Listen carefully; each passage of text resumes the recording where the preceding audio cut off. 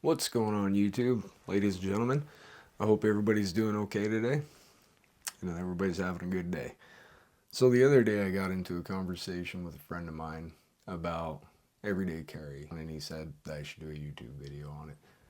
And I agreed.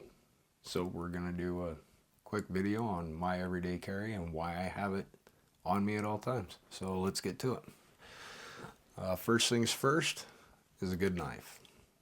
This is my preferred knife. This is made by ZT. Pretty good steel. This one's retained pretty good edge. And I mean, there are tons of reasons why you might need a knife on you.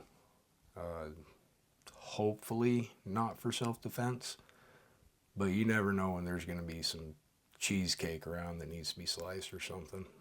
And this one's held up pretty good. I've put it through the ringer at work numerous times. Pretty good. I'll put a link in the description for all these items too. That way, if you like what you see, you can just go down to the description, hit the link, buy it. And I also carry a Leatherman with me almost all the time.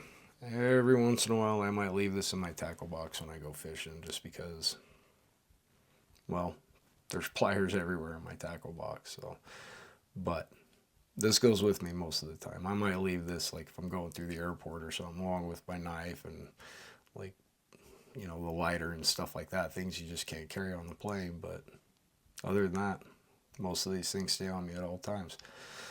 This Leatherman has quite a few little features. Number one, it can't come out the back.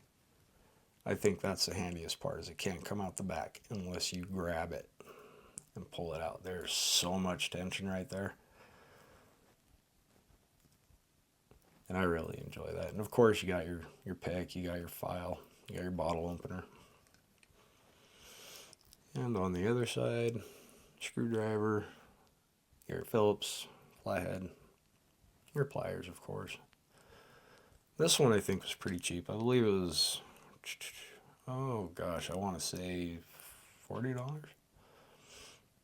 But anyway, it carries the Leatherman name, regardless of the price. Pretty good tool in my opinion. Up will be the flashlight, and I chose this one because this is kind of an all-arounder. So you got your flashlight, and as you can see, it does pretty good. You know what?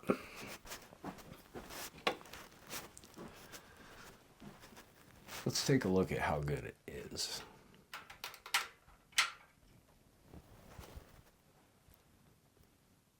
I mean, as you can see, it's pretty bright, and it gets better. Oh boy, yeah, it's got a turbo mode. It's got the moonlight, I think is what that's called, and then stage 2, then bam.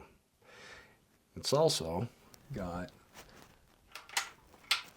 a green dot laser, which I really enjoy. I mean, more often than not, I just play with this thing. But when I'm at work, you know, it's pretty handy if you need to point to something, you know, hey, that, you know, this thing right here, you know, that little deal. And then with the UV, it gets even better.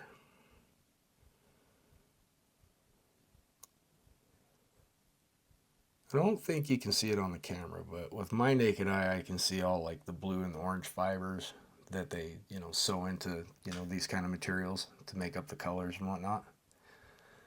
I don't see it on my camera,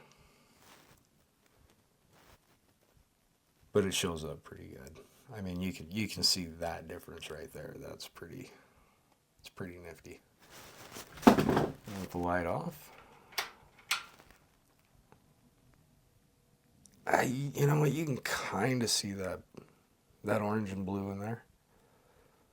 But either way, UV light's pretty handy. And next up, obviously, is a good set of earbuds.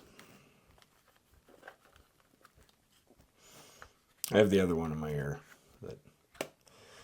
So these are Shocks. And like I said, I'll link all this stuff in the description so you guys can pick it up if you see what you like.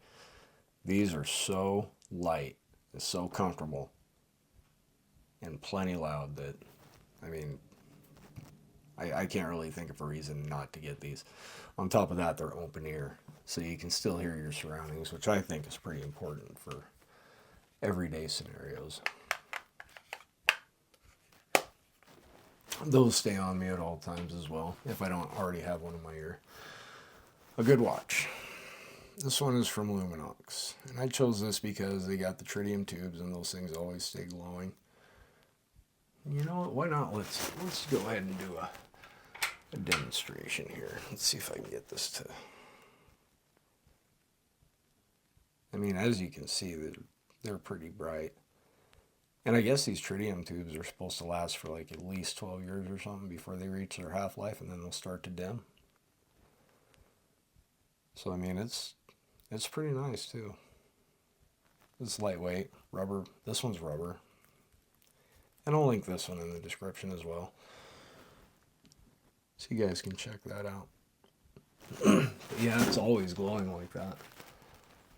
It never goes out. Paracord bracelet, because why not? I made this one myself. I make my own paracord bracelets, and I like to make them a little bit oversized so I can have at least 16 feet of cord. And you know, I mean, sometimes depending on how tight my weave is, that can be 7 3/4 inches, it could be 8 inches. So I mean, it just kind of depends. But you always got to have some paracord on you. There's no end to the use for this. God forbid you need it for like a tourniquet or something like that, but if you do, it's there. And all it takes is one snip on the other side, pull of one of the cords, and it'll just completely unravel. Just, and there you have 16 feet of cord if you need it. This stuff's a really good fire starter too. It burns for a long time once you get it going. Another EDC. This is a torch flashlight, and the reason I chose this and the reason I keep this on my person at all times is because most of the time this is windproof, and more often than not this will start in colder temperatures, whereas a regular lighter will not. I got this one from like Sportsman's Warehouse, so I don't know if I can actually affiliate link this one, but I don't know, we'll see what happens.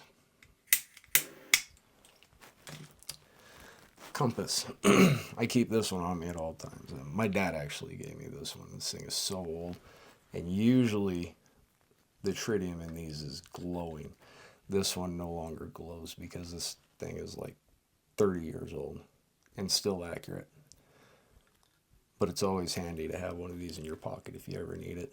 I mean, with GPS and everything on phones, it's kind of a outdated piece of equipment, but keep in mind, your phone's not always going to be charged, and you might not always be in an area where there's service. So I keep this bad boy in a little tack map and a protractor in my backpack when I'm hiking, that's for sure. But this stays on me at all times, just because. More or less it's habit, I think. My dad would always ask me, "Hey, where's your compass? Where's this? Where's that? Where's these? Where's those?"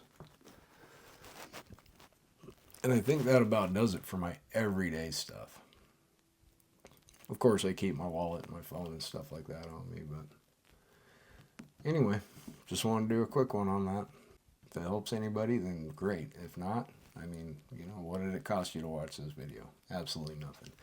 So, I hope everybody has a good day, and I do hope this helped in some way. And if you could hit the like, subscribe, and smash that notification button, I'd sure appreciate it. Y'all have a good one.